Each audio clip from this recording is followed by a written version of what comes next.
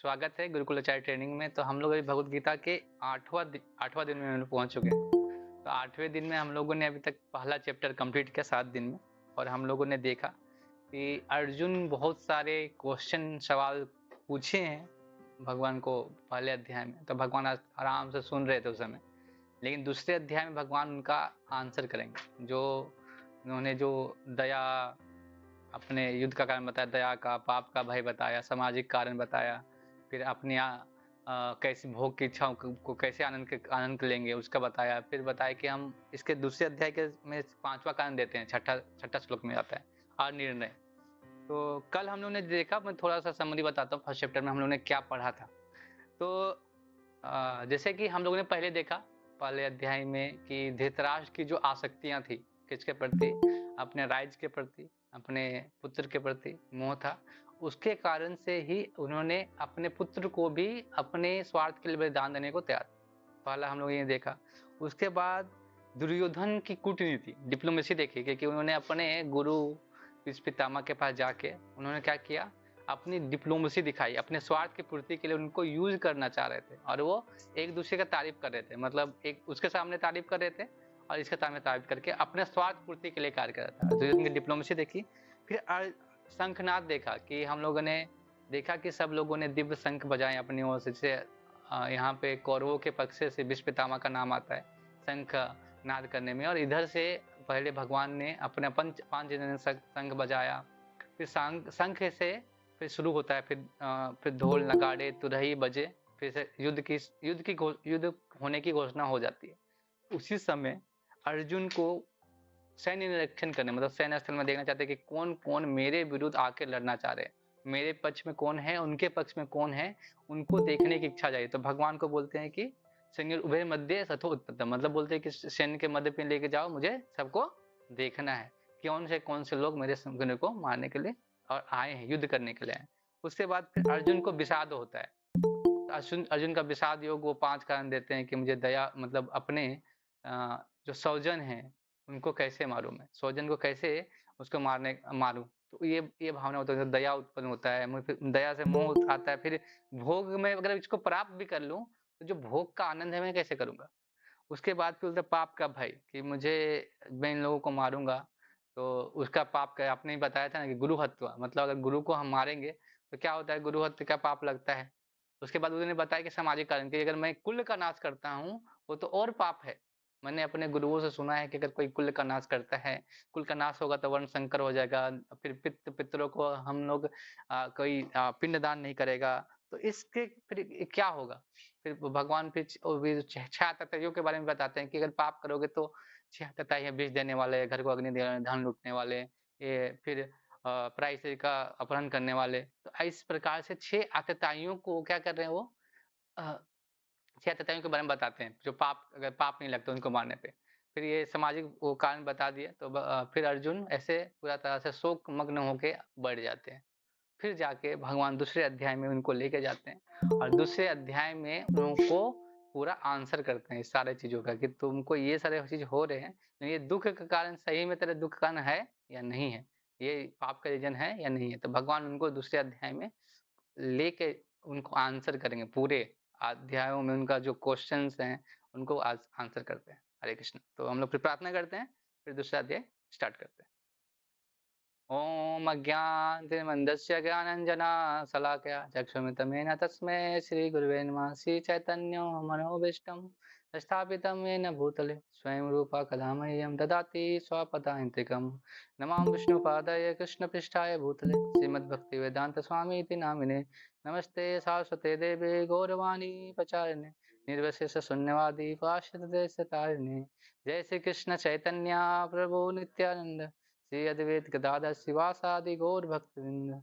हरे कृष्ण कृष्ण कृष्ण हरे हरे, हरे राम राम राम हरे हरे। श्रीमद् भगवद गीता की जय, श्रील प्रभुपाद की जय, सम्यक भक्तवृंद की जय। हरे कृष्णा। तो अभी हम, बोल हरि बोल हरि बोल। तो हम अभी गीता के दूसरे अध्याय में पहुंच चुके हैं। हरे कृष्णा। तो हम थोड़ा सा अभी गीता का समरी होता है ना। है प्रभु जी, है माता जी। हरे कृष्ण। अच्छा, स्क्रीनशॉट लेना है आपको। ठीक है, ले लीजिए। फोटो मैं भेज दूंगा, मैंने खींच लिया फोटो, आपको मिल जाएगा, मुझे पढ़ा दीजिए। ठीक है, आपको फोटो ये मिल जाएगा। मैं बता रहा हूँ ना, ऐसे मैं साइड में खड़ा हो जाता हूँ, मैं बताता। ओके, मैं दिख रहा हूँ ना? ओके। अच्छा, दूसरा अध्याय में 72 सामने आ जाए हम। मैं देखिए, मैं बता रहा हूँ, यहाँ से दिख रहा है आपको? मैं आपको दिख रहा हूँ ना? बस बता रहा हूँ, देखिए दूसरे अध्याय में 72 श्लोक है। तो 72 श्लोक को मैंने इसे बांटा है, जिससे हमको पढ़ने में आसानी हो कि क्या क्या दिया हुआ है उस श्लोकों में। से 1 से 10 श्लोक है यहाँ पे। पहला से 10वां जो श्लोक है,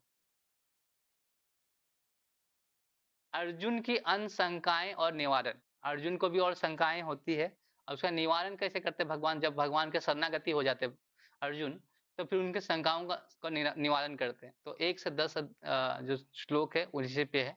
उसके बाद आता है 11 से 30।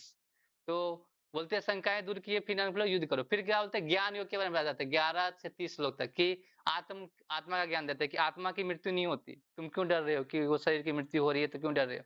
तो फिर आत्मज्ञान देते हैं, और फिर क्या करते हैं? युद्ध करो। ये नहीं बोलते हैं कि जाके संन्यास लो, क्या बोलते हैं? युद्ध करो। फिर कर्म कांड के बताते, चलो ठीक है ये नहीं करना है, चलो आत्मा फिर भी नहीं समझ में आ रहा है, तो फिर कर्म कांड करो। कर्म कांड मतलब यहाँ सकाम कर्म के बारे में बता रहे हैं, लेकिन कर्म कांड का नाम ले रहे हैं। सकाम कर्म मतलब क्या है? कि तुम अपने कर्तव्य को करो, तुम क्षत्रिय हो, क्षत्रिय कर्तव्य करो, कर्तव्य का पालन करोगे तो भौतिक आनंद भी की प्राप्ति हो सकती है। अगर तुम चाहते हो कि भौतिक आनंद प्राप्त करना चाहते हो, जो लोग बोलते हैं ना कि मुझे भोग का आनंद नहीं प्राप्त होगा, तो तुम सकाम कर्म करके देखो, उसका भी उसको भी हो जाएगा। नहीं तो वो इस पे समझ नहीं आता है, तो बोलते हैं बुद्धि योग के बारे में बताते हैं कि बुद्धि योग से क्या करो? युद्ध बुद्धि योग करो, बिना कर्म फल के, आशा के बिना कर्म करो, तो बुद्धि योग में आ गया।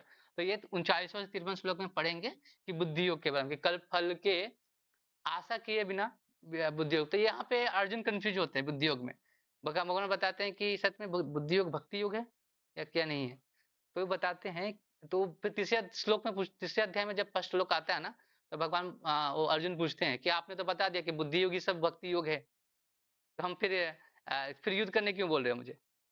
तो फिर वो उसमें कंफ्यूज होते हैं। फिर भगवान तीसरे अध्याय में उसका फिर श्लोक, उसको फिर निवारण करेंगे। फिर 28 श्लोक में उसको पूरा बताएंगे कि ये बुद्धि योग अलग है, और जो हम बता रहे हैं जो भक्ति योग वो अलग है, उसके बारे में।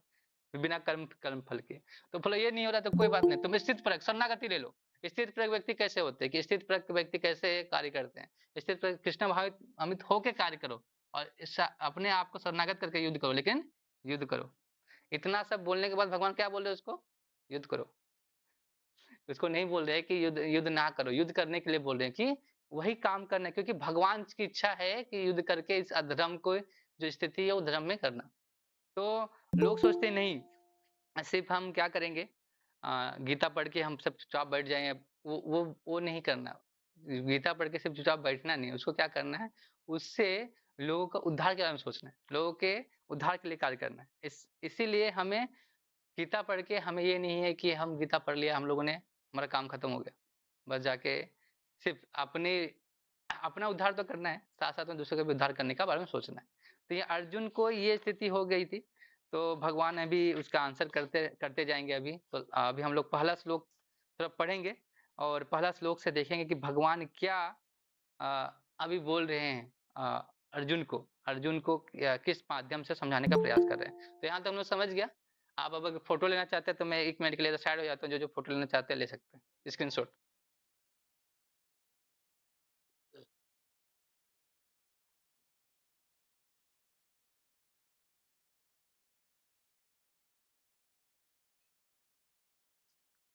और ठीक है, मैं भेज दूंगा फिर, तब ठीक है, मैं भेज दूंगा, अपने नोट से ही भेज दूंगा आपको। ओके, ठीक है।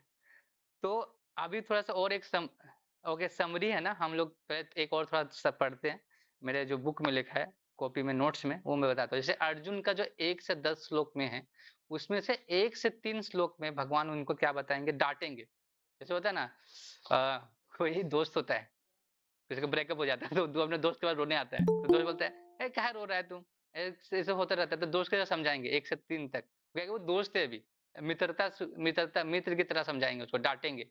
बोलेगा क्या तुम ऐसा रो रहा है बच्चे के जैसा, अच्छा क्या कर रहा है तुमको समझ में नहीं आता, ऐसे समझाएंगे। लेकिन फिर तथागत अस्वीकार करने के कारण उसको डांटेंगे। फिर 4 से 6 में क्या करेगा? अर्जुन को संदेह होगा कि सच में मैं इसको करना चाहिए या नहीं करें? फिर पूरा वो और भी अभी संदेह में फँस जाएँगे, शंका हो जाएगी।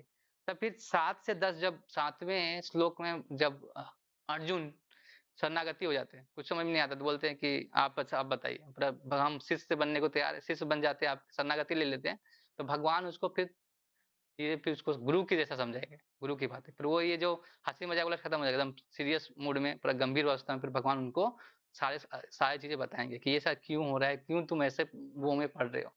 फिर 11 से 30 में जो इसको ज्ञान जो आत्मज्ञान है, जो विश्लेषण है शरीर का विश्लेषण कि आत्मा का विश्लेषण कैसे हो सकता है, उसके बारे में समझाएँगे। उसमें से 11वाँ में बताएँगे कि हम क्यों विलाप कर रहे हैं, जब सभी व्यक्तियों का शाश्वत शरीर नहीं है, शरीर शाश्वत है ही नहीं और शरीर परिवर्तन प्रकृति का नियम है, उसके लिए हम क्यों इतना ज़्यादा मोहित हो रहे हैं उसके उनके शरीर के लिए जो हमारे रिश्तेदार हैं, संबंधी है उसके लिए। फिर 14 से 15 में वो क्षणिक द्वंद का सहन करना मतलब कोई द्वंद है, मुक्ति की पात्रता कैसे होती है उसके बारे में बताएँगे। फिर 16 से 22 में आत्मा अविनाशी है, शरीर बदलता है इसके बारे में बताएँगे। फिर 23 से फिर शाश्वत आत्मा के गुण क्या हैं, आत्मा के गुण बताएँगे पूरा, 23 से 25 में। फिर 26 से 30 में जन्म मृत्यु का चक्कर और शाश्वत आत्मा है और इसके लिए विलाप करना ज़रूरी नहीं है, इसके लिए भगवान इसमें श्लोक के माध्यम से बताने वाले हैं। फिर सही 31 से 37 में सकाम कर्म के बारे में बताया हमारे जो निर्धारित कर्म है वही निहित कर्म करो। अगर भौतिक जगत में तुमको आनंद प्राप्त करना है तो भी आपको इस तरह से निहित कर्म करने पड़ेंगे, अपने कर्तव्यों को पालन करना पड़ेगा। तो वही बता रहे जैसे अर्जुन सोच रहा था कि मुझे भोग करूंगा, किसके साथ आनंद प्राप्त करूंगा, किसके साथ ये करूंगा, कुछ अपने कर्तव्य निहित कर्म करो, तुमको इस आनंद की प्राप्ति हो जाएगी। फिर 38 से 53 में बुद्धि योग के बारे में बताया कि निष्काम कर्म योग के माध्यम से कैसे कर्म फलों से विरक्त होकर कैसे कार्य किया जाए। फिर वो उसमें 38 से 53 श्लोक में बताएँगे और 54 से 72 श्लोक में स्थित प्रज्ञ मुक्त आत्मा है। पूछते हैं कि चलो ठीक है, ये सारी चीज़ तो बता दी है। अगर कोई इसे फ़ॉलो करता है तो कैसा दिखता है? वो कैसे कार्य करता है? वो कैसे उसके अंदर ये चेतना होती है? वो कैसे वो चीज़ों को देखता है? वो स्थित प्रज्ञ की स्थिति भगवान उसको बताएँगे। उ उसमें 3-4 उनके आंसर करेंगे।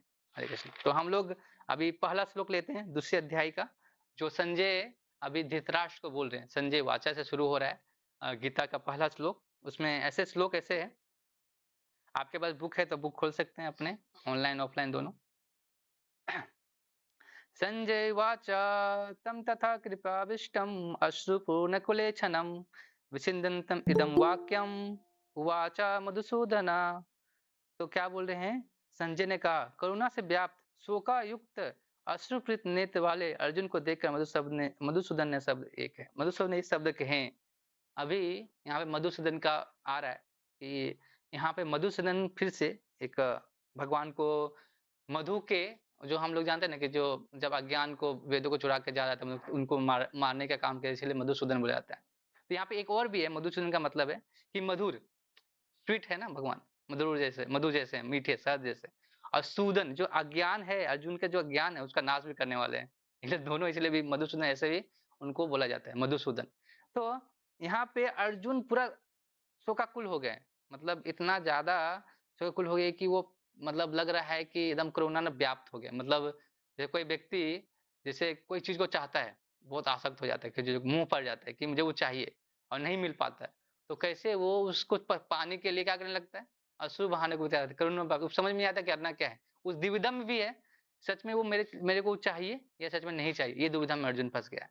और इस तरह से वो उनके अश्रु निकल रहे हैं। तो इस स्थिति में अर्जुन को देख के कृष्ण बोलते हैं, यहाँ पे उदाहरण देते हैं कि जैसे अर्जुन अभी किस लिए शोक कर रहा है? जैसे ऐसा शोक कर रहा है जैसे कोई डूबता हुआ व्यक्ति है। प्रभुपाद एग्जाम्पल देते हैं, कोई डूबता हुआ व्यक्ति है, तो उसके वस्त्र को बचाने का कोशिश कर रहा है। जब कोई डूब रहा है व्यक्ति, तो किसको बचाना चाहिए? उसको व्यक्ति को बचाना चाहिए कि उसका डूबता हुआ वस्त्र? तो उसके वस्त्र को डूबता हुआ को बचाने की कोशिश कर रहा है और शोक कर रहा है उसके लिए। तो ये जो जगत में जो संबंधी हैं, जो जो इस युद्ध में जो संबंधी खड़े हैं, तो उनके शरीर को बचाने की कोशिश कर रहा है। जैसे कोई अपने डूबते हुए व्यक्ति को वस्त्र को बचाने का कोशिश करता है, उसके भांति अर्जुन उनके वस्त्र, शरीर तो क्या है? जैसे शरीर से आत्मा क्या है? वो तो मरती नहीं। उसको नहीं देख के वो इस तरह से वो शोकाकुल हो रहा है इस माध्यम से, और वो मोह करना व्यर्थ कर रहा है। जैसे किसी उसको, जैसे कपड़े को बचाना मोह एक है, वो मोह करना व्यर्थ है। उसी प्रकार इस जो जो जो लोग हैं युद्ध में, आज नहीं तो कल के गाल में मरने वाले हैं। ये अज्ञानता ये है कि हम अज्ञानता है कि वो सोच रहा है कि मैं मारूँगा, ये सोच रहा है। वो सोचे मैं मारने वाला हूँ। यानी वो नहीं जानता है कि काल में पहले ही जब भगवान विराट रूप दिखाएँगे, तो पता चलेगा कि इसको तो सब मार गए हैं पहले ही। भगवान ने पहले ही सबका काम हो गया है। तो यहाँ चूहा भी घूम रहे हैं, वो सुन रहे हैं कथा को। तो अवस्था, दया, पाप और भय के कारण दुविधा में फँसे अर्जुन। कृष्ण मैंने आपको बुला लिया युद्ध करने, मतलब कृष्ण को बुला लिया। अभी तो युद्ध का पूरा सेटअप हो गया है। और जब युद्ध करने के लिए पूरा अर्जुन तो तैयार था ना, तभी ना कृष्ण के पास गए थे कि कृष्ण आइए मेरे साथ लड़िए। और खुद अभी भाग रहा है। तो ये दुविधा में फँस गया कि हम भाग के कहाँ जाएँगे? और ये लक्षण दिख रहे हैं। अगर कोई देखो कृष्ण भी तो चाहते थे, कृष्ण भी ने कोशिश भी किया कि ये टल जाए ना। धृतराष्ट्र मतलब वो तो गए थे कृष्ण किसके पास? दुर्योधन के पास। शांति दूत बन के कि दुर्योधन को बोला कि आप चलो। वो जानते थे अर्जुन तो कृष्ण तो जानते थे कि ये युद्ध टलने वाला नहीं है, लेकिन फिर भी वो इन लोगों के कहने पे गए, चलो ठीक है मैं जानता हूँ शांति शांति दूत के रूप में। और दुर्योधन क्या सोच रहा था कि मैं क्या करूंगा, कृष्ण को बंदी बना लूंगा। तो कृष्ण को पता था कि बंदी बनाएगा क्या। भीष्म ने बोला था कि तुम ऐसा काम कभी मत करना, उसको बंदी बनाने की कोशिश मत करना। भगवान को क्या बांध सकता है क्या? हाँ, भगवान को, और वो भी ऐसे से अपने बल से। भगवान बलशालियों में बलशाली है। अभी भगवान आगे देख से नेक्स्ट में बताएंगे। और उनको बांधने का कोशिश करे दुर्योधन। तो दुर्योधन कर्ण ऐसा होता है कि उनको बंदी बना लेंगे, सब काम खत्म हो जाएगा। लेकिन जो शांति प्रस्ताव लेके गए थे युद्ध रोकने के लिए, वो सोचा नहीं सोचा। तो जब तब उस लोग में दया करने की क्या जरूरत है? मतलब हम जब जब वो मानने ही वाला नहीं है, जब हम उसको उसको इतना मौका भी दिए हैं, लेकिन वो सुधरने वाला, युद्ध को टालने का जरूरत नहीं है, युद्ध करना ही जरूरी है। तो फिर किस बात का इतना हम अगर मुंह कर रहे हैं, किसके लिए मुंह कर रहे हैं? तो अर्जुन को इस बात का एहसास आगे वो श्लोकों में दिलाएंगे। और बोलेंगे भी कि तुम्हारे इस कलमश कैसे आया, तुम अनार की भांति कैसे कर रहे हो। नेक्स्ट श्लोक में बता रहे हैं भगवान उसको। ये इतना ज्यादा दया कर रहा था अर्जुन को, सोचा था मैं क्या करूं, भागने को ही मतलब मैं भाग जाऊंगा यहाँ से, क्या करूं यहाँ से, इससे अच्छा है कि मैं भाग के क्या करूं, अपने आप को बचा लूं इस युद्ध से। ऐसा सोचने लगा। हरे कृष्णा। तो नेक्स्ट में हम लोग देखते हैं श्री भगवान वाचा। तो पहली बार यहाँ पे क्या रहा है, श्री भगवान वाचा, भगवान वाचा, भगवान बोल रहे हैं, यहाँ भगवान का नाम आया है। तो भगवान को क्या यहाँ पे बोल रहे हैं, कुतस्वाकस्मदम्पिस्मे समुपस्थितम् अनार्जुष्टम असर्गम कीर्ति आकीर्ति कर अर्जुना। तो यहाँ पे बोल रहे हैं, श्री भगवान ने कहा है अर्जुन, तो है मन में कलमश आया कैसे? अरे ये मनुष्य को तनिक भी अनुकूल नहीं है। जो जीवन को मूल को जानता है, इससे उच्च लोग को नहीं अपति अपयश को प्राप्ति होता है। यहाँ श्री भगवान अर्जुन से बोल रहे हैं कि ये कलमश कहाँ से आया तुम्हारा, कि तुम ये कलमश कहाँ से लेके आओ कि तुम युद्ध नहीं करना चाहते, ये जीवन के लिए अनुकूल नहीं है। अर्जुन ऐसा नहीं है कि उसको पता नहीं है शरीर के मतलब जीवन के मूल्य के बारे में। मतलब जीवन के मूल्य के बारे में पता होने के बावजूद भी तुम ऐसा काम कर रहे हो अर्जुन। मतलब तुमको पता नहीं शरीर क्या आत्मा क्या, ये नहीं पता, सब सब पता है, तुम सब कलमशों के बारे में पता है, जन्म मृत्यु जरा व्याधि के बारे में थोड़ा ज्ञान भी है। फिर भी तुम ऐसा क्यों ऐसा कर रहे हो? ऐसा कलमश आया कैसे? अनार्य की भांति क्यों कार्य कर रहे हो? आर्य और अनार्य बोलते हैं। जैसे आर्य क्या होते हैं कि जो व्यक्ति, आर्य की बातें मतलब क्या होता है ना कि आर्य मतलब कल्चर, वर्णाश्रम को फॉलो करने वाला। ऐसा नहीं कि आर्य समाज खोल ले वर्णाश्रम को फॉलो नहीं कर रहा वो आर्य नहीं हो गए। सिर्फ आर्य नाम रखने से आर्य नहीं हो जाता कोई। तो आर्य की भांति काम कर रहा है, तो उसके लिए अपयश की बात है, अपयश की भांति काम कर रहे हैं। अर्जुन तो आर्य है। जैसे पहले के लोग जब इन भारत में और जगहों पे क्या आर्य की भांति कल्चर्ड लोग थे, उसको आर्य बोला जाता था। लेकिन अभी क्या हुआ फिर जब इंडिया में बहुत सारे लोग आए बाहर के लोगों ने, उनके बहुत सारी चीजें नष्ट कर दी। तो सारा चीजें क्या हो गया, विनष्ट हो गया हमारा, जो हमारा कल्चर था वो भी नष्ट हो गया। तो अनार की भांति काम कर रहे हो। तो यहाँ पे आप देखेंगे कि यहाँ पे भगवान के बारे में बोला गया है, भगवान की श्री भगवान वाचा। यहाँ पे भग मतलब क्या आता है, भगवान के बारे में भी चर्चा की गई है।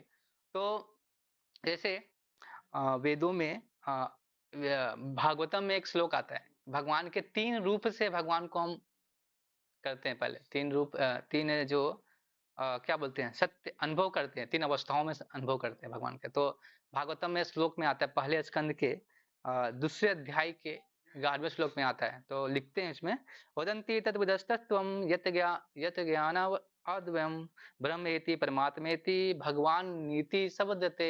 तो बोलते हैं कि तीन परमात्मा, ब्रह्म, परमात्मा और भगवान, ये तीन रूपों में हम भगवान को करते हैं। तो हम थोड़ा सा इसमें समझाते हैं, थोड़ा सा मैं बोर्ड रब करूंगा। यहाँ पे देखते हैं भगवान को तीन रूपों में, भगवान को जैसे भगवान ही क्यों बोला गया, ब्रह्मा ब्रह्म भी नहीं बोलते, परमात्मा ही क्यों नहीं बोले, भगवान क्यों, भगवान ऐसा भगवान ही का नाम क्यों लेते हैं बताओ। तो इस श्लोक में बताते हैं, आप भागवतम के आप तात्पर्य में भी लिखा हुआ है, पहले स्कंद के दूसरे अध्याय के 11वें श्लोक में आता है। तो इसमें बताया गया जो ब्रह्म, तीन अवस्थाएं होती है भगवान को समझने के लिए। और भगवान, तो ब्रह्म यहाँ पे जैसे भगवान क्या सत्य चित्त आनंद के क्या है, वो विग्रह है, चित्त चित्त आनंद विग्रह। तो ब्रह्म में क्या होता है, सत्य होता है, चित्त आनंद और विग्रह नहीं। और परमात्मा में सत्य चित्त आनंद विग्रह नहीं, लेकिन भगवान में सत्य चित्त आनंद के विग्रह। तो हम एक एग्जाम्पल से समझेंगे कैसे इसको समझ सकते हैं। जैसे ब्रह्म में जो जाते हैं, ब्रह्म ज्योति का जो बात करते हैं, वो ब्रह्म मतलब क्या, सत्य है, मतलब क्या है, सत्य है, वो ब्रह्म की ज्योति है, लेकिन सत्य ब्रह्म है, ब्रह्म भगवान के निकलने वाला ज्योति है, ज्योति है, वो निकल रहा है, उनके प्रकाशमान हो रहा है, लेकिन इसमें चित्त आनंद और विग्रह का प्राप्ति नहीं होती है। भगवान परमात्मा रूप में क्या होता है, चित्त सत्य और चित्त की अनुभूति होती है। जो भगवान होती है सत्य चित्त आनंद के विग्रह सब उसमें अनुभूति होती है। जैसे हम देखते हैं, हम एक एग्जाम्पल देते हैं आपको, जैसे कोई खाना बनाता है, खाना बना रहा है तो अब दूर से उसका क्या होता है, सुगंध आता है, तो बन रहा है, कुछ खाना बन रहा है, कुछ सुगंधित चीज बन रहा है, ठीक है, पता नहीं क्या है, कुछ भी हो सकता है, सब्जी में क्या कुछ भी बन सकता है। जब हम थोड़ा नजदीक आते हैं तो हम क्या देखते हैं कि चलो उसमें अब क्या बन रहा है, देख रहे कि क्या बन रहा है, क्या सुगंध आ रहा है, ठीक है, उससे पता चलता है। लेकिन जब उसको हम खाते हैं तो क्या होता है, सुगंध भी आ रहा है, टेस्ट भी आ रहा है, आनंद भी आ रहा है, और वो दिख भी रहा है। तो ये चारों चीज भगवान में होती है, तो भगवान में सारा चीज है, तो सत्य चित्त आनंद के विकार, इसलिए पांच ब्रह्म संहिता में भगवान ब्रह्म संहिता में बोलते हैं क्या, ब्रह्म संहिता में क्या बोलते हैं, वो आगे के श्लोक में हम ब्रह्म संहिता में, ईश्वर परम कृष्णा सच्चिदानंद विग्रह अनादिर आदिर गोविंद सर्व कारण कारणम। तो ब्रह्मा जी ब्रह्म संहिता के पहले पहले ही मतलब हमें बोल दे रहे हैं क्या, ईश्वर परम कृष्ण, यहाँ पे किसी का दूसरे के नाम ले सकते थे, अगर कृष्ण अगर भगवान नहीं होते तो किसका नाम ले, दूसरे का भी नाम ले सकते थे। यहाँ पे क्या कर रहे, ईश्वर परम कृष्णा ये बोले, परम, यहाँ पे ये नहीं बोल रहे कि परम, परम मतलब सबसे ऊपर, सुप्रीम, सुप्रीम बोल रहे हैं। और सच्चिदानंद विग्रह, सत्य चित्त आनंद के विग्रह हैं, और अनादि आदि जितने भी चीजें हैं सब उन्हीं से निकलती है। और क्या कर रहे हैं, यहाँ पे बता रहे हैं कि सारे सारे कारण के कारण कौन है, भगवान है। आप बोलेंगे तो फिर जो कुछ बुरा भी हो रहा है वो भी उसके कारण वो भी है, जो अच्छा वो भी कारण है। नहीं, जैसे होता है ना कि कारण के कारण है, मतलब जो कुछ करने आता है कोई, तो शक्ति देने वाले भगवान की शक्ति वो देते हैं कि तुम जो करना चाहते हो, लेकिन वो कारण नहीं है, वो आप तुम अपनी इच्छा से किसके लिए यूज कर रहे हो। जो चाकू है, सब्जी काटना है या किसी को गला काटना है, वो आपको डिसाइड करना है। उस चाकू को यूज कब कर रहे हैं, आप कर रहे हैं, तो उसका फल आपको तो भोगना पड़ेगा। भगवान कारण दे रहे हैं, आपको शक्ति दे रहे कि उसे काटना क्या है, वो आपकी बुद्धि से करना पड़ेगा, वो चीज है। तो ये सारी चीज भगवान में होती है, ईश्वर ईश्वर ऐसे परम कृष्ण के रूप में बोलते हैं। और जैसे भगवान को एक चीज और ऐसे देख सकते हैं, जैसे एक यहाँ पे थोड़ा मिटाता हूँ मैं, यहाँ पे एक उदाहरण और देते हैं कि भगवान को जैसे हम जैसे देखते हैं, हाँ हाँ हाँ, भौतिक आनंद, भौतिक आनंद के लिए मैं दूंगा ना, कोई टेंशन कर लो, मैंने लिखा हूँ, आपको मिल जाएगा। जैसे सूर्य है, सूर्य है ना, सूर्य को हम जब देखते हैं, सूर्य, सूर्य में यहाँ पे सूर्य के धाम भी है, या किरण भी है, और इसकी सतह भी है।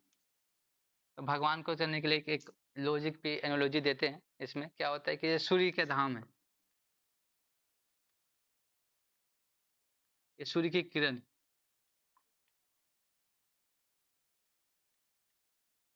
ठीक है, और ये सूर्य सरफेस, सूर्य का सतह,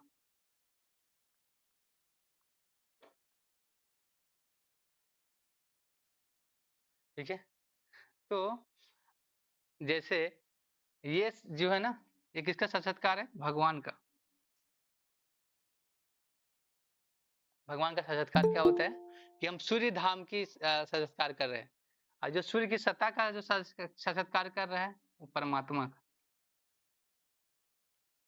और इसको जो किरण है उसका ब्रह्म साक्षात्कार।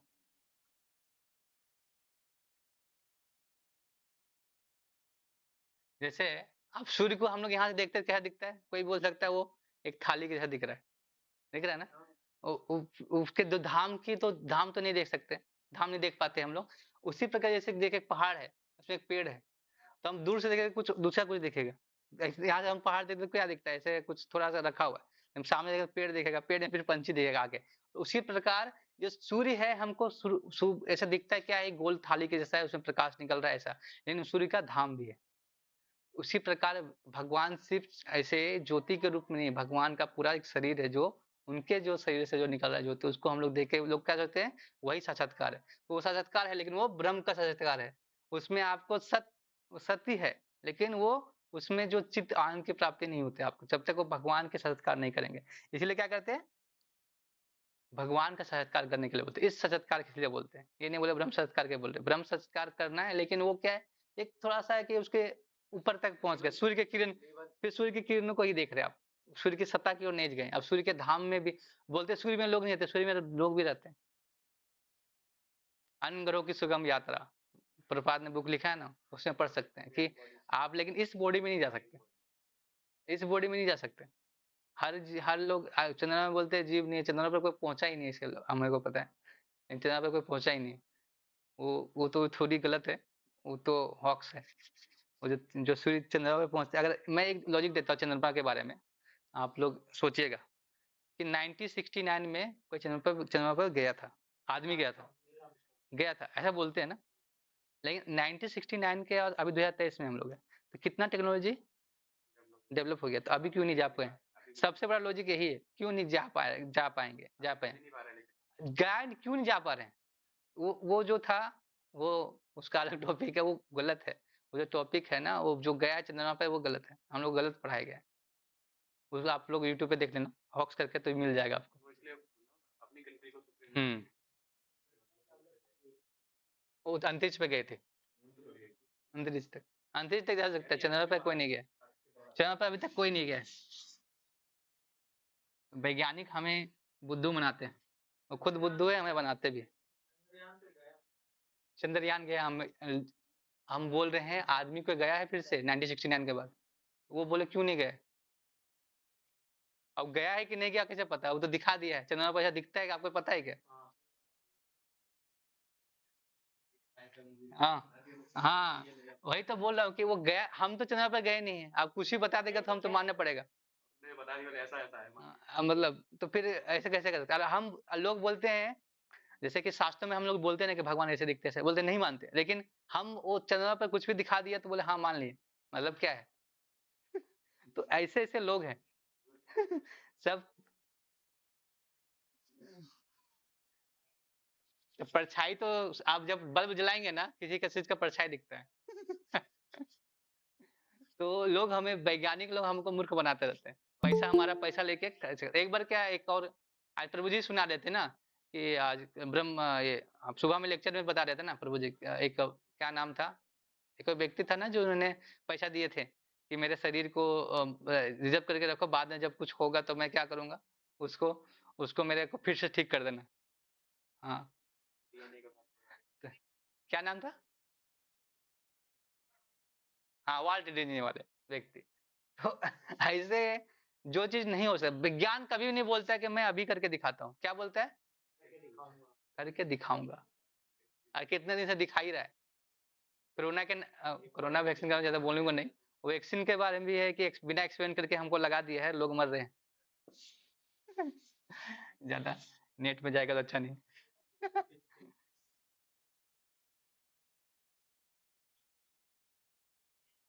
हाँ प्रभु जी, वही मैं वही बता रहा हूँ, आगे वही जा रहा हूँ मैं, अभी वही मेरा नेक्स्ट टॉपिक उसी है।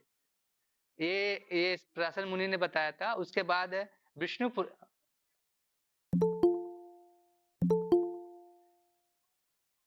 विष्णु पुराण में आता है, इसके विष्णु पुराण में आप देख सकते हैं 6.74 में भी आता है इसके बारे में। श्लोक इस प्रकार से है, ऐश्वर्यस्य समग्रस्य वीरस्य यशस्श्रिया ज्ञान वैराग्य सेवा सचनम भग इति रन। मतलब भग मतलब भगवान के बारे में बोलते हैं कि भग एक शब्द बात है, भग भगवान सबके लिए नहीं प्रयोग कर सकते। ऐश्वर्यस्य मतलब पहला क्या है, धन, रिच, धन भी हो उनके पास, सब रिच, बहुत सारे धन उनके पास है। उसके बाद शक्ति, बल, शक्ति में भी। उसके बाद तीसरा है यश, फिर सौंदर्य, फिर क्या होना चाहिए, ज्ञान, और साथ में वैराग्य या त्याग, वैराग्य वैराग्य भी है सब चीज। मतलब ये 6 चीजें किसी में के अंदर हो तो भी भगवान हो सकता है। ऐसा कोई व्यक्ति इस जगत में नहीं है, ऐसा शिव जी ब्रह्मा जी भी नहीं है जैसा सारे गुण होने, सारे गुण है इनके पास, सिर्फ भगवान के पास है। भगवान ही के कृष्ण के पास ही सारे गुण है, धन भी है, सारे लक्ष्मियां, करोड़ों कोटि लक्ष्मियां उनकी सेवा में लगी रहती है, खुद लक्ष्मी उनका पैर दबाती है, लक्ष्मीपति है, माधव। फिर शक्ति, शक्ति में उनके जैसा कोई है नहीं, बिना बिना हथियार के लोगों को मार देते हैं। एक एक इस उंगली में ही पूरा गोवर्धन को उठा देते हैं ना। ये उंगली किसी कोई काम का है कि आप क्या करते हैं इसे बताइए तो आप लोग। कान खुजाने काम आता है और कुछ नहीं काम आता है, फिर भी उस वो भगवान ने दिखा दिया कि इस उंगली का से मैं क्या कर, इस उंगली ही में से मैं काम में ले सकता हूँ। मैंने पढ़ा था कि उनका जो पर्वत था वो हवा में था, लेकिन वो टच भी नहीं कर रहा था। हाँ, मतलब इस उंगली के माध्यम से ही उन्होंने कर दिया। लोगों को बताना पड़ेगा, उतना डीप नहीं है। यस, इनका ऐसा फेम नहीं है। भगवान रन छोड़ते भी तो फेमस है, किसी को मारते हुए तो फेमस है, सब में फेमस है। यस, इतना फेम है उनका, उनको फेसबुक पे पोस्ट नहीं डालना पड़ता। वो सूर्य किरण के बाद मैंने बताया था माता जी, सता सता ब्रह्म ब्रह्म साक्षात्कार बोलते हैं। हाँ, ब्रह्म साक्षात्कार। जैसे हम लोग बोलते हैं ना कि ब्रह्म में ध्यान दो, ज्योति में देखो, ज्योति ही भगवान है और कुछ नहीं, भगवान निराकार है, उस ब्रह्म को देखो। त्रिकुटी में देखो, ब्रह्म का हो जाएगा। फिर सौंदर्य में तो, सौंदर्य में इतने सौंदर्य हैं, कंदर्व कोटि कमनीय विशेष शोभा। मतलब कंदर मतलब जो होते हैं ना, बोलते हैं मदन, ऐसे कामदेव, मतलब एक कामदेव को देख के लोग मोहित हो जाते हैं। उसको करोड़ों जो कान जो है ना, अनंत कोटि, मतलब कंदर्व कोटि कमनी, मतलब बहुत सारे जो कामदेव हैं उनको देख के मोहित हो जाते हैं, और मतलब बेहोश हो जाते हैं उनको देख के। भगवान की इतनी सुंदरता है, इतना सुंदर दिखते हैं, तो सुंदरता में उनके आगे कोई नहीं। अब लेकिन भगवान, हाँ हो जाते हैं। हाँ, लेकिन भगवान के विस्तारित रूप है वो भी। लेकिन भगवान के विस्तारित रूप है ना। हाँ, और शिव जी भी मोहित हो जाते हैं जब भगवान कृष्ण मोहिनी बन के आते हैं, तो भगवान शिव जी भी उनसे मोहित होकर उनको दौड़ने लगते हैं। मतलब भगवान से सुंदर कोई दिखता ही नहीं। भगवान तो जैसे राधा रानी तो उन्हीं के पार्ट है, ऐसे लेकिन उन्हीं को देख के वो मोहित होते हैं। मतलब भगवान आप आत्मा राम है, खुद में खुद आने ले लेते हैं। हम जैसे नहीं कि हमको किसी का जरूरत पड़ता है, भगवान आत्मा राम है। हरे कृष्णा।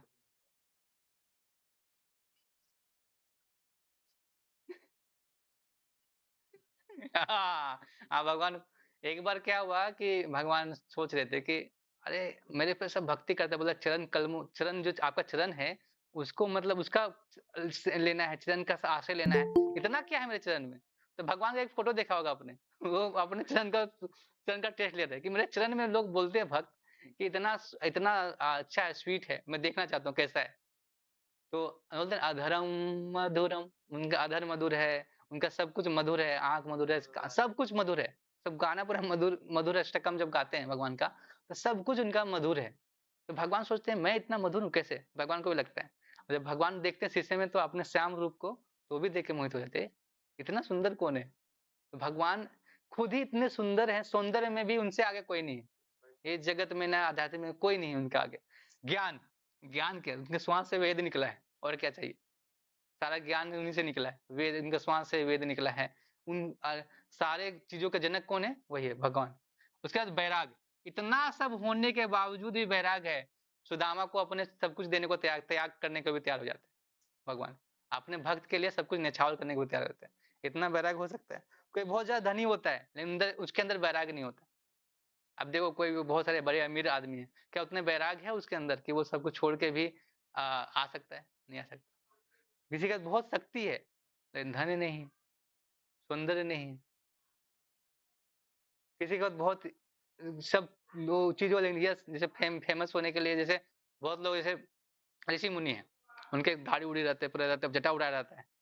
उतने सुंदर लेकिन यश यश का मतलब ज्ञानी बहुत है, ज्ञान बहुत है, लेकिन ऐसा तो दिखाते नहीं कि वो अपने अपना अपना ये नहीं करते हैं कि शो ऑफ नहीं करते, यश नहीं फैलाते अपना कि यश हो जाए ऐसा करते, वो सोचते नहीं। वो क्या करते हैं, ज्ञान है उनके अंदर। सुंदरता सुंदर है तो उसके ये माताओं में बहुत सुंदरता होती है, लेकिन उसको उनको डर लगता है, डर भी लगता है उनको, ये भी है, ऐसी स्थिति रहती है। तो इस तरह से अलग अलग अलग चीजें सबके पास है, लेकिन सबका पूरा तरह से कोई नहीं, ब्रह्मा शिव इनके पास भी पूरा तरह से ये सारी चीजें नहीं है, भगवान के पास है। ये लोग कोई आपको बोले कि हम भगवान हैं, तो उसको आप अलग से लेके जाइए, अलग से जाइए उसको और अलग से वहां प्रसाद दीजिए।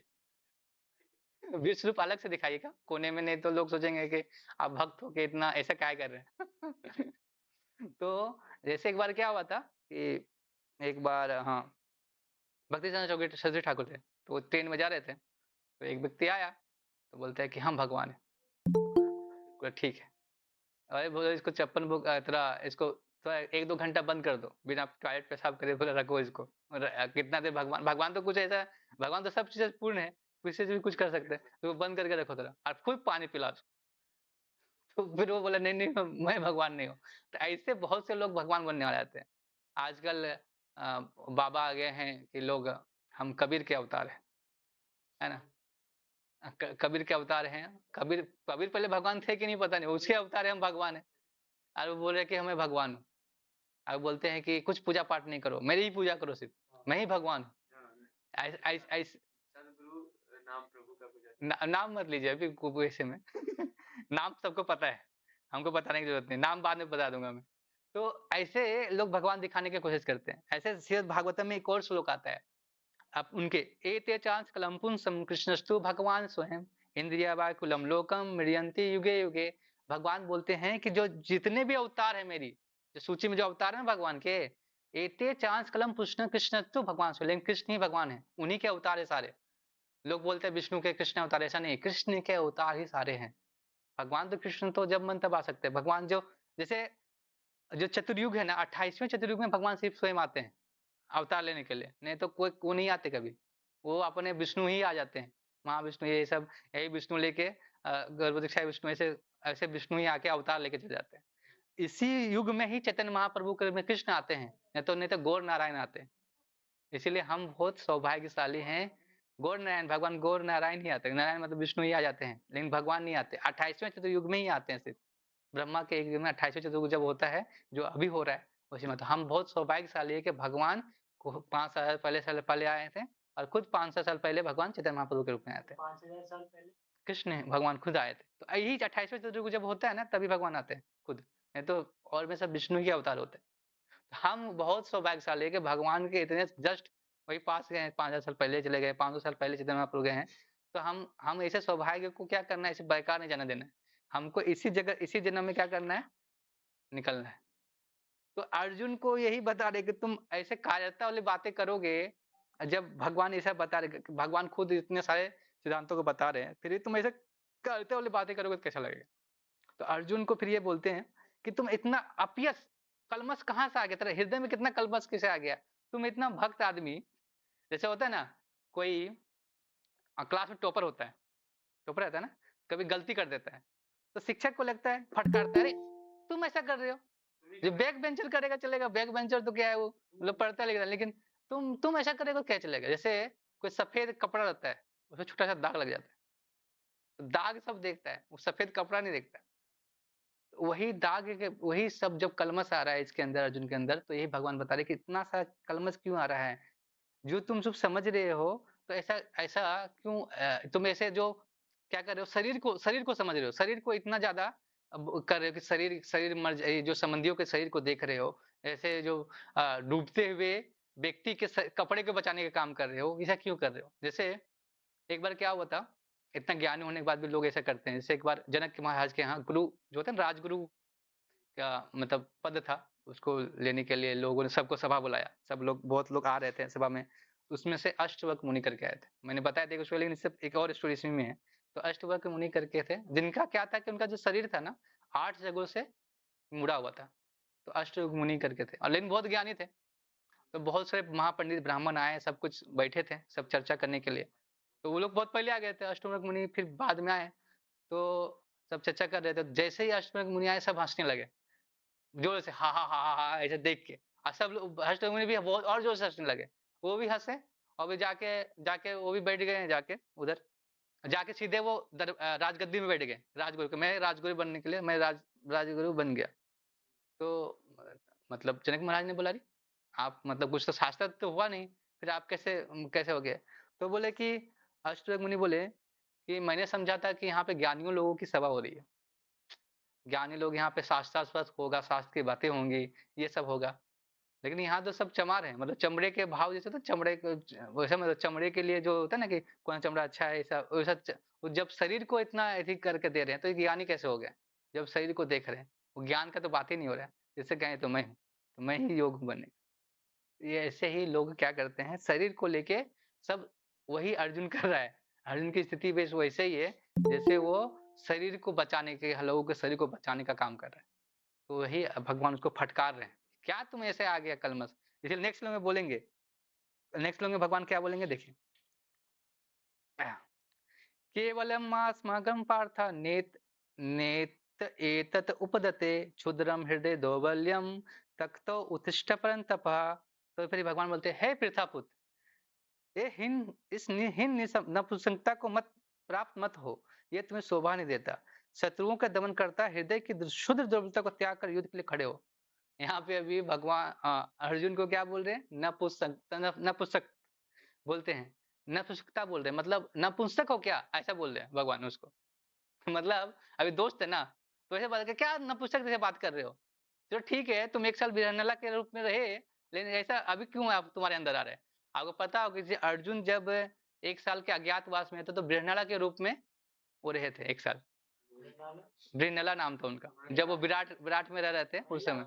वो साप ऐसा मिला था कि वो गए थे कहाँ पे, स्वर्ग गए थे। तो वहाँ की जो अप्सरा थी, मेनका, मेनका ही थी ना, नहीं उर्वशी, उर्वशी। उर्वशी ने उन्हें बोला कि, उर्वशी ने बोला कि तुम बहुत अच्छे लगते हो मुझे, मेरे साथ प्रपोज किया उन्होंने। तो मना कर दिया। तो वो बोले, तुम नपुंसक हो क्या, तुमको पता नहीं है कि मैं इतनी सुंदर हूँ, तुम मेरे से मोहित नहीं हो रहे? तो उस तो फिर बोला कि ऐसा तो ऐसा करेगा तो कैसे चलेगा, नपुंसक रहेगा। तो बोला कि कोई दिक्कत नहीं, लास्ट में जब कभी तुमको ये जरूरत पड़ेगा तो 1 साल तुम उस नपुंसकता में, मतलब तुमको बाद में यूज होगा। तो जब 1 साल के ज्ञातवास में रहते हैं ना, तब वो बिरहनाला के रूप में विराट में वास करते हैं। तो वही बोल रहे हैं भगवान बोल रहे हैं कि केवल्यम मास्म का मतलब केवल्यम, जैसे नपुंसक से बात क्या कर रहे हो? तुम 1 साल नपुंसक जैसा रहे तो क्या ऐसा थोड़ी है कि तुम मनुष्य जैसा बात करोगे?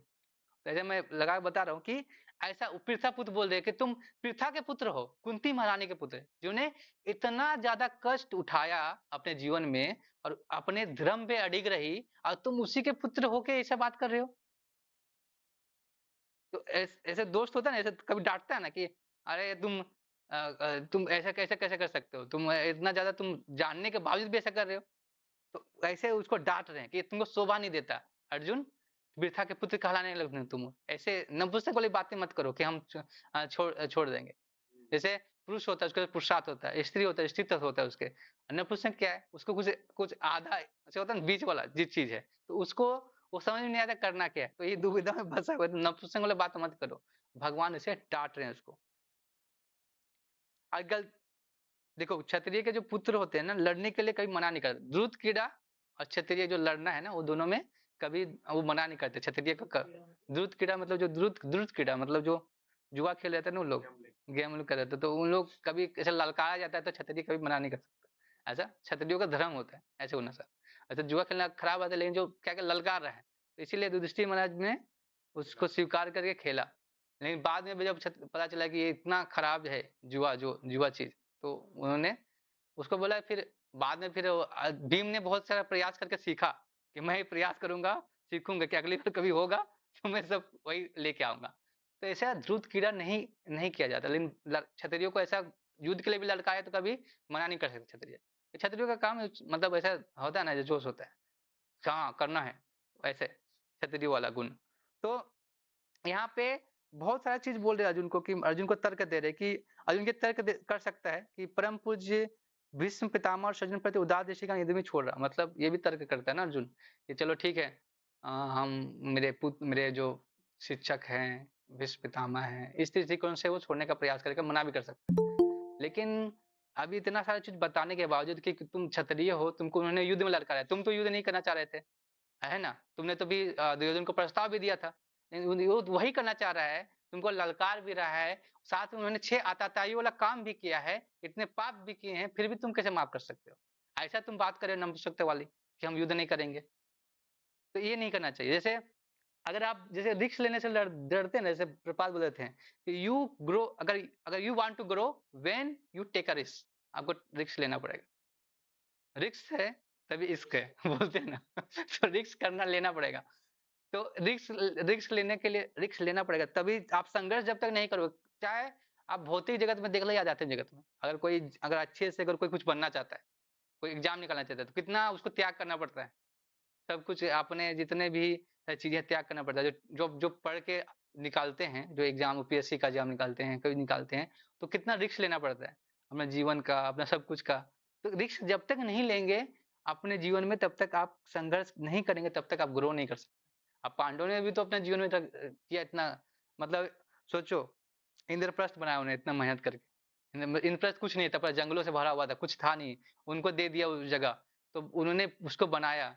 फिर उन्होंने को इंद्रप्रस्थ उन्होंने लूट, दुर्योधन ने दूध क्रीड़ा में करके उसको लूट लिया, ठीक है।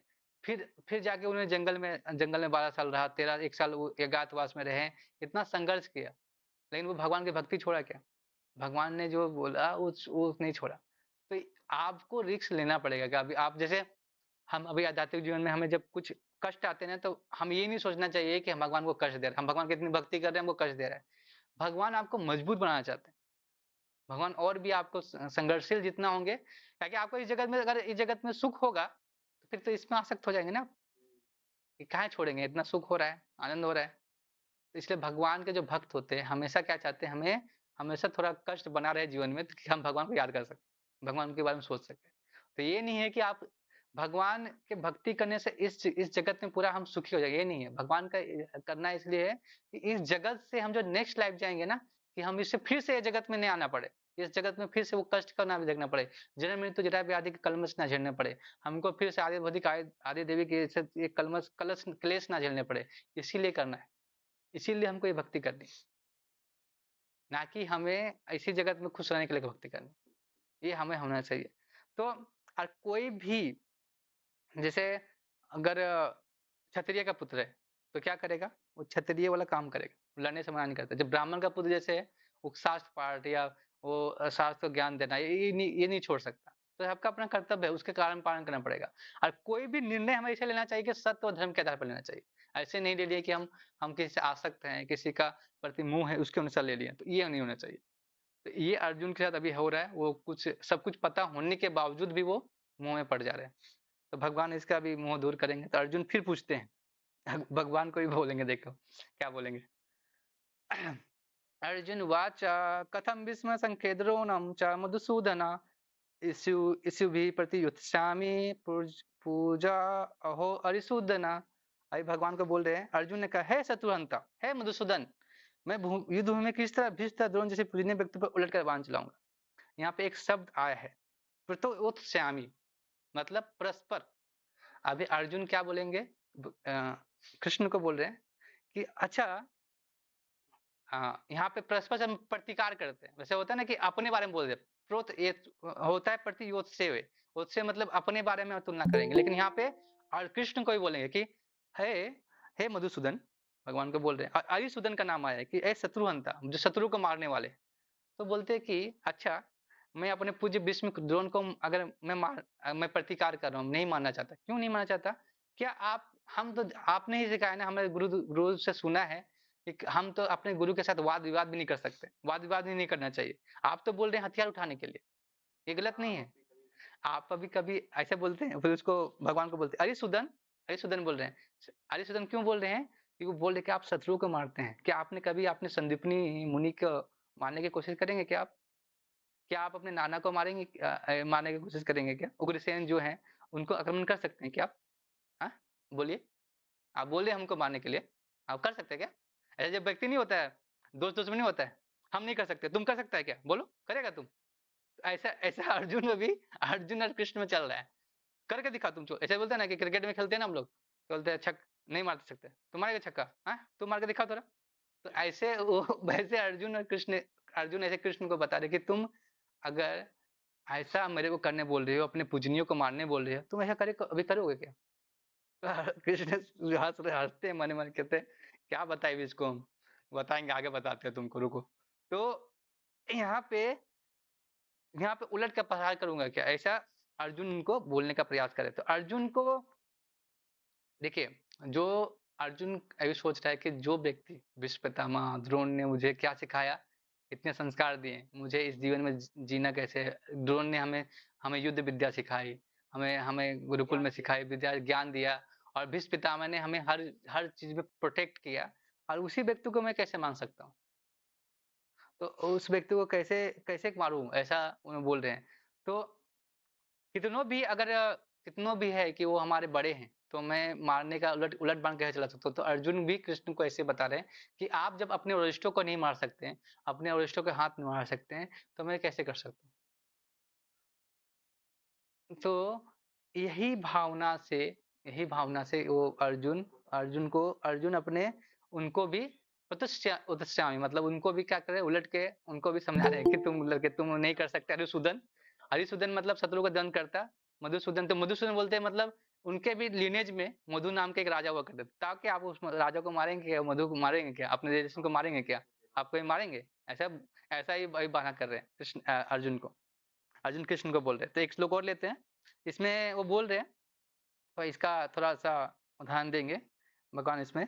गुरुन हत्वा ही महान भावन श्रेयो युक्तो भैक्षम अपि लोके हतवस्त कामस्तुम गुरु निहेवे निहेवे यह भुंजे भोगान रुधिरिम प्रतिगधान। बोलते हैं कि है ऐसे महापुरुष को जो मेरे गुरु हैं, उन्हें मार कर जीने की अपेक्षा इस संसार में भीख मांगकर खाना अच्छा है। भले ही वह सांसारिक लाभ के इच्छुक हो, किंतु है तो गुरुजन ही। यदि उनका वध होता है तो हमारे द्वारा भोग की प्रत्येक वस्तु उनके रक्त से धनी होगी। तो वो बोल रहे हैं कि अगर मैं, उससे अच्छा तो क्या होगा, मैं वरिष्ठ को मैं तो भीख मांग लूं, भीख मांग के गुजारा करूं। लेकिन भीख मांगे गुजारा कैसे कर सकते, आप क्षत्रिय हो, भीख मांगे गुजारा कैसे कर सकते हो? ऐसा। तो वो बोल रहे कि मैं अगर इस भौतिक ज्ञान का लाभ लेता हूँ, अगर मैं भोग करता हूँ, तो ये कैसा होगा? रक्त सनी जो अवशेष हैं, जो हमारे जो राज्य कैसा मिलेगा, जैसे सब लोग मारे जाएंगे, तो पूरा राज्य से खून खून जो होता है ना, उनके खूनों से सना हुआ मिलेगा। तो मैं इसको कैसे भोग कर सकता हूँ? तो ये बहाना वाली है। तो भीष्म और ध्रुव उसके पक्ष लेने के लिए बाध्य थे, यद्यपि वो आर्थिक लाभ के लिए जी रहे थे, तो अपना आधार आदर खोज रहे थे। लेकिन यहाँ पे बोलते हैं भगवान कि जो भीष्म पितामह और द्रोण वैसे अर्जुन के पक्ष लेने को तैयार थे, धर्म के पक्ष में थे, लेकिन फिर भी वो अपने आर्थिक लाभ उसको हस्तिनापुर से मिल रहे थे, उसमें क्या कर रहे थे, उसे बाध्य थे, बंधे हुए थे, इसीलिए वो आदर खो चुके। ऐसा द्रोणाचार्य खुद मतलब भीष्म पितामह खुद बोलते हैं महाभारत में कि गुरोरप्य लिप्यतस्य कार्ये कार्ये मार्जनता उत्प्रतिमनस्य कार्यं भवति शासनम। बोलते हैं उस गुरु को हमें छोड़ देना चाहिए, उस गुरु को जो घमंडी हो और जो सही गलत का उचित व्यवहार नहीं जानता हो, और जो अपने पाप जीवन में आसक्त हो, वैसे गुरु को हम लोग तुरंत ही छोड़ देना चाहिए। जैसे बलि महाराज ने अ, जब बलि महाराज वामन देव को क्या कर रहे थे, सब कुछ दे रहे थे, सब कुछ समर्पित कर रहे थे, मांगा तो उन्हें 3 देने के तैयार हो गए थे। मतलब वो कलश लेने नहीं रहे थे, फिर भी वो उनका उन्होंने क्या किया, तुरंत क्या किया, गुरु का त्याग कर दिया। क्योंकि वो जो भगवान से रोकने के लिए आपको, भगवान की इच्छा नहीं पूरा करने के लिए दे रहा है, तो गुरु बनने के लिए वही बोल रहे कि अगर कोई गुरु सही गलत का उचित व्यवहार नहीं जानता, अगर अपने पाप जीवन में इतना आसक्त हो, तो उसको तुरंत ही क्या करना चाहिए, छोड़ दीजिए। महाभारत के 5वें अध्याय में आता है, 178वें श्लोक के अध्याय के 24वें श्लोक में आता है, ऐसे पार्ट में, 5वें पार्ट में महाभारत के मैं आपको दूंगा नोट्स में, उसमें लिखा हुआ है। तो अगर कोई ऐसा लिप्त होता है गुरु के प्रति, अगर उसको छोड़ देना चाहिए, ऐसे पाप पुण्य कार्य तुरंत छोड़ देना चाहिए, आप 1 सेकंड भी लगाना चाहिए। तो यहाँ पे महाभानु जो महान भाव विष्णु को बोला गया है, महान भाव, और जो वचन लिया था कि शादी नहीं करेंगे। आप मान लीजिए उन्होंने शादी नहीं करने का निर्णय किसके लिए, अपने पिताजी की इच्छा पूरा करने के लिए लिया, पूरा करने के लिए लिया ना।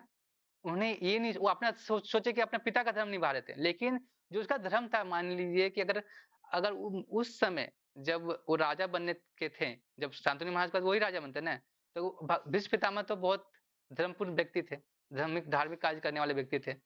अगर वो अगर राजा बन जाते उस समय, तो क्या होता, ये जो ये युद्ध है, महाभारत का युद्ध टल सकता था। और होना तो हो जाता, लेकिन जो अगर धर्म के जगह पे खड़ा होता वो राज्य धर्म से, तो क्या होता, वो राज्य धर्म के साथ चलता। लेकिन अगर उसी समय वो अपने धर्म के चलते क्या किया उन्होंने, वो भी अपने पिता के थोड़ा सा शौक मतलब उनके लिए क्या किया, वो राज्य को त्याग कर दिया। और क्या बोला कि मैं हस्तिनापुर का रक्षा करूंगा, लेकिन गद्दी पे नहीं बैठूंगा, मतलब चुपचाप बैठ के देख सकते हैं सब कुछ हो रहा है। तो फिर ये धर्म कहाँ से ऊपर हुआ।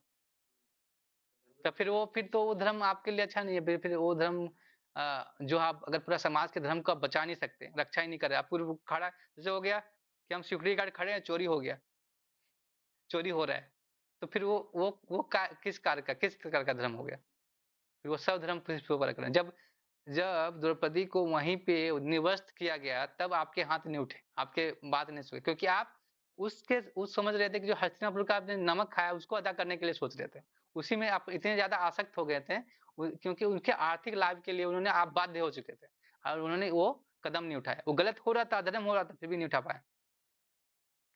यहाँ पे महाभारत में एक और है, छठे भीष्म बोलते हैं खुद, अर्थस्य पृषो दासे दास अर्थ्यो न कश्यति इति सत्य महाराजा बधो स्मृत न कौरवे।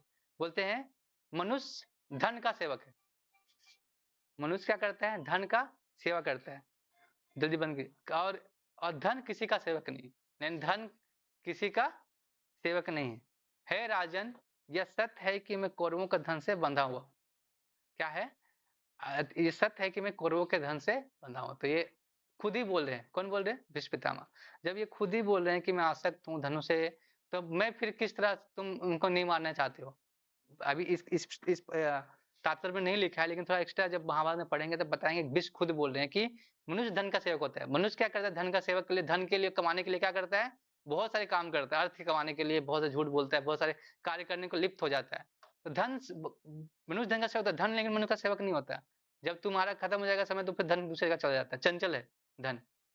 तो इसके लिए देखिए राजा, ये सत्य है कि तो कौरवों का धन से बंधा हुआ है, कौरवों के धन से, वो कौरवों के धन से बंधा हुआ है। तो इसीलिए भीष्म पितामह खुद ही बोल रहे हैं, खुद ही अपना बता रहे हैं कि मैं क्या कर, मैं इसका वध करने योग्य, मतलब युद्ध में तुम मेरे मार सकते हो, क्योंकि मैं आसक्त हूँ, मैं गुरु बनने और ये बनने के लिए। द्रोणाचार्य भी अपने पुत्र के प्रति आसक्त थे, अश्वत्थामा दुर्योधन से दोस्ती हो गया, फिर उसके बाद वो हस्तिनापुर के में गुरुकुल चला रहे थे, इसकी वजह से उनको क्या करना पड़ा, धन की वजह से क्या करना पड़ा, उनको युद्ध करना पड़ा अधर्म के प्रति। तो ऐसे लोगों को हम त्याग करना चाहिए।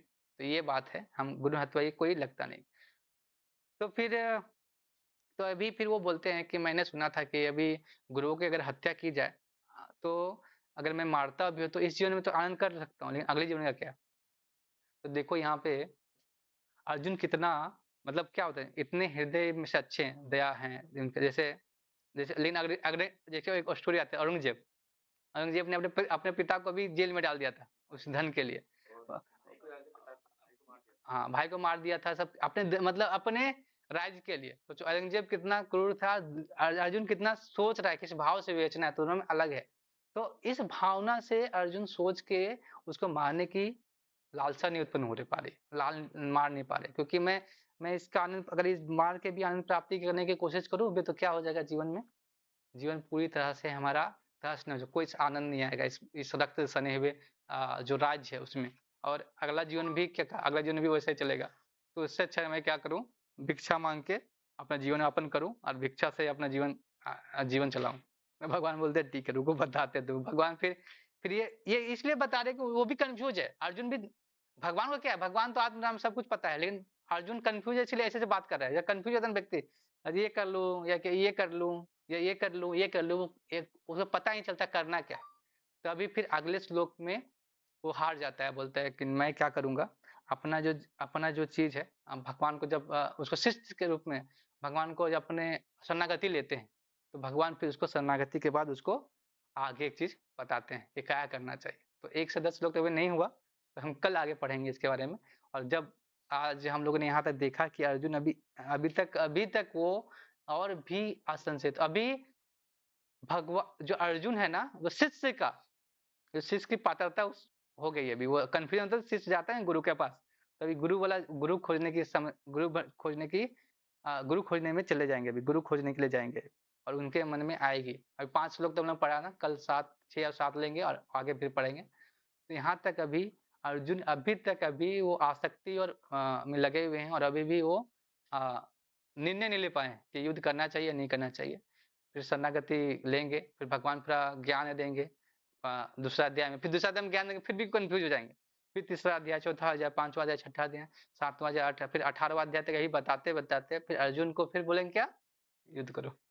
तो करना ही है अर्जुन को। लेकिन वो क्या कर रहे हैं, वो उस ज्ञान को वो चाहते हैं कि वो क्या, उसको ये दुविधा जो हो रही है उसको निवारण चाहते हैं। तो निवारण भगवान इस अध्याय में करने वाले हैं। और जो अभी उनके मन में दया की भावना है, वो पाप की भावना है, सबका वंश इस श्लोक में करेंगे। हरे कृष्ण, आने वाले श्लोक में करेंगे। हरे कृष्णा। ऐसे हरे दंडम पुराण बोलिए प्रभु जी। हाँ प्रभु जी, भेज दूंगा। इसको ले लो फोटो। हाँ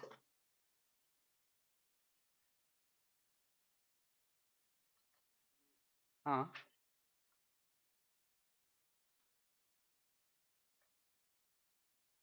हाँ, वृंदावन। वृंदावन। हाँ हाँ। वृंदावन गए, वृंदावन से पहले एक जगह और क्या नाम था उनका? हाँ, गोकुल। गोकुल गए थे, गोकुल से फिर वृंदावन गए थे।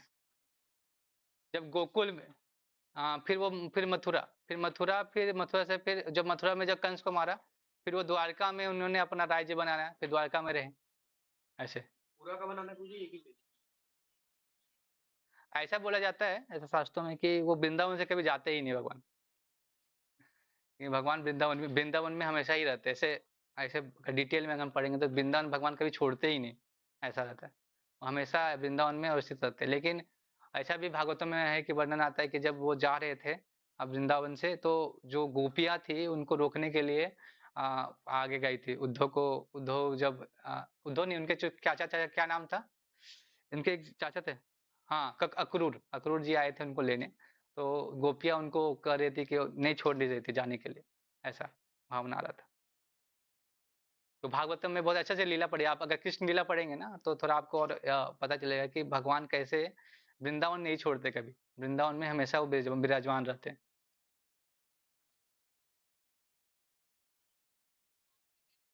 हम्म, हम्म। द्वारका में कोई एक समुद्र के किनारे वो बैठे हुए थे, ध्यान कर रहे थे और उसी में बैठे हुए थे। तो वही समय जब बोला जाता है ऐसा भी कि जो बाली था, जो बाली जो राम ने जिनका वध किया था छुप के, तो वही वही आके जो शिकारी के रूप में आते हैं और उनको पैर में मारते हैं और वो फिर ये जाके यहाँ से चले जाते हैं, ऐसा यहाँ से इस दुनिया चले जाते हैं, अप्रकट हो जाते हैं भगवान। उनकी मृत्यु नहीं होती ना भगवान की, अप्रकट होते हैं। जब भगवान इस जगह से जाते हैं ना, तो ब्रह्मा जी को बस वो दिखता है एक थोड़ा सा, एक दीप कैसे वो चले गए ऐसा, नहीं तो किसी को कुछ दिखता नहीं भगवान का अस्तित्व के बाद। और वही जो लकड़ी होता है ना, जो हृदय होता है भगवान का, वो नदी में बहता है, समुद्र में बहता है, तब वो मिलता है उनको, क्या नाम रहता है, इंद्रदुम्न महाराज को मिलता है। तो वो लेके जाके वो जो जगन्नाथ टेम्पल में जगन्नाथ मंदिर बनाते, जगन्नाथ जी का जो विग्रह बनाते हैं, वो भगवान का हृदय डाल के वही बनाते हैं। तो भगवान का हृदय ही है जो जगन्नाथ जी के जो जो है उससे दिया गया है, जो विश्वकर्मा जी आके बनाते हैं।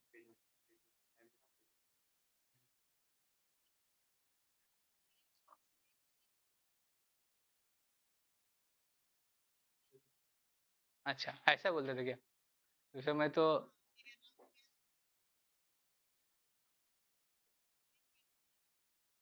ऐसे तो नहीं है।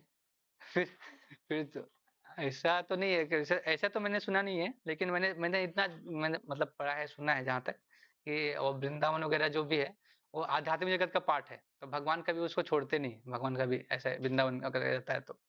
ऐसे तो वो दिखाने की लीला के अनुसार जाते हैं, वृंदावन से जाते हैं मथुरा। हाँ, मथुरा करके लीला करते हैं, लेकिन वो वृंदावन से कभी जाते नहीं ऐसा।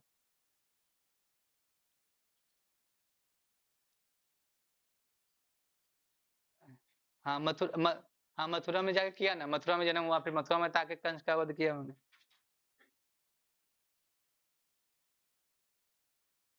नहीं, नहीं, वैराग ये नहीं है, ये नहीं है माताजी, वैराग ये नहीं है। भगवान का वैराग ये है कि सब कुछ होने के बावजूद भी वो उस पे आसक्त नहीं है कि वो चीज़ मेरे को मेरा है, वो चीज़ मेरे लिए है। वो आसक्त नहीं है, वो कोई चीज़ों के लिए, कि वो बहुत ज़्यादा सुंदर है, बहुत ज़्यादा धन है, तो लेकिन आसक्त नहीं है। वो कभी भी उसके लिए छोड़े, जैसे सुदामा उनके मित्र थे, उनके लिए वो क्या किए, लोक भी सारा लोक निछावर करने को तैयार हो गए थे। उनको इस चीज़ों के लिए ये नहीं है कि मैं मेरा है, मतलब मेरा ऐसी स्थिति नहीं है ऐसा। भगवान कहते हमेशा वैराग्य की स्थिति में रहते हैं। सब कुछ होने के बावजूद भी आसक्त नहीं वो चीज़ों से। सुंदरता से नहीं आसक्त है, ना अपने धन से आसक्त है। ऐसा है। हाँ। हाँ, ले वो फेम इतना यश यश का ऊपर यश, मतलब रन छोड़ने के बाद भी यश है उनको। फेम खत्म नहीं होता उनका। रन छोड़ के ला जाते हैं। अब कोई अगर अगर रन छोड़ देता है, तभी अर्जुन रन छोड़ेगा तो उसको कायर बोलेंगे। लेकिन भगवान रन छोड़ते तो रन छोड़ के ला जाते हैं। मतलब भगवान इतने वैराग, मतलब फेमस हर चीज में वो परफेक्ट है। कभी मतलब भगवान जैसा कोई परफेक्ट है ही नहीं। मतलब दुनिया, मतलब कुछ जगत में, आध्यात्मिक जगत में ना बौद्धिक जगत में उनके जैसे परफेक्ट है नहीं। कुछ भी करेंगे तो परफेक्ट ही है, ऐसा है। तो हमारे में ऐसा नहीं है। हम हर चीज में परफेक्ट नहीं हो सकते। थोड़ा चीज चलो ठीक है, हम सुंदर सुंदर भी हो सकते हैं, थोड़ा थोड़ा धन भी हो सकता है, लेकिन सब कुछ एक साथ आपके पास नहीं हो सकता, न किसी के पास हो सकता है। हरे कृष्ण। हरे कृष्ण। हाँ।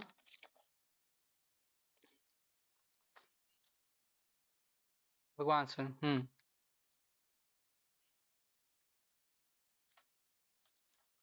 अंश कला मतलब प्रभु जी की, देखिए भगवान है ना, अलग अलग अवतार लेते हैं।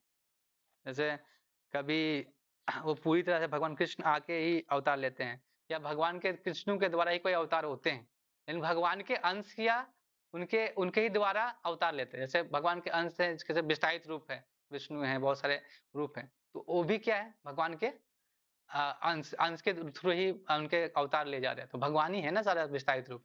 तो भगवान के ही रूप से सारे अवतार होते हैं और भगवान ही अवतार लेते हैं, ऐसा। और लेकिन भगवान कृष्ण ही भगवान है, कृष्णस्तु भगवान स्वयं, भगवान स्वयं कृष्ण ही।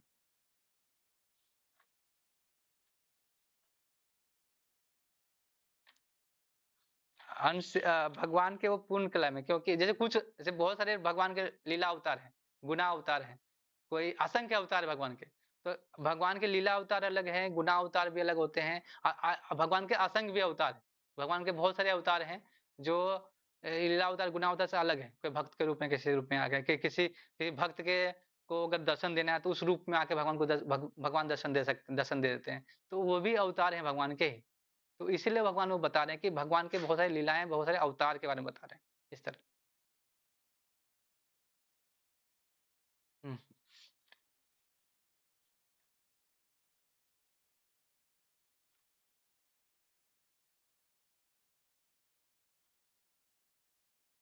पूर्ण कला में रोजे का एक भगवान के ही विस्तारित रूप में आ रहे हैं, कृष्ण के रूप में ही, अवतार रूप में। ठीक है। हरे कृष्ण, हरे कृष्ण। हाँ। वो देखिए अवतार में जाएंगे ना तो बहुत सारे अवतारों के डिवाइड किए हुए हैं भगवान के, लेकिन ये समझिए ना कि भगवान से ही सारे अवतारों का जन्म होता है, अवतारों सब आते हैं। वो अंश रूप में या पूर्ण रूप में आएंगे, तो ऐसा बोल रहे हैं, सूचियां हैं भगवान के बहुत सारे। तो कभी भगवान भक्तों के भाव के रूप में भक्तों को अवतार, मतलब उनको आनंद देने के लिए कभी आ जाते हैं किसी रूप में। तो ऐसा नहीं कि भगवान भगवान चेंज हुआ था, कृष्ण भक्त भगवान ही रहते हैं हमेशा, ये बताने का प्रयास कर रहे हैं।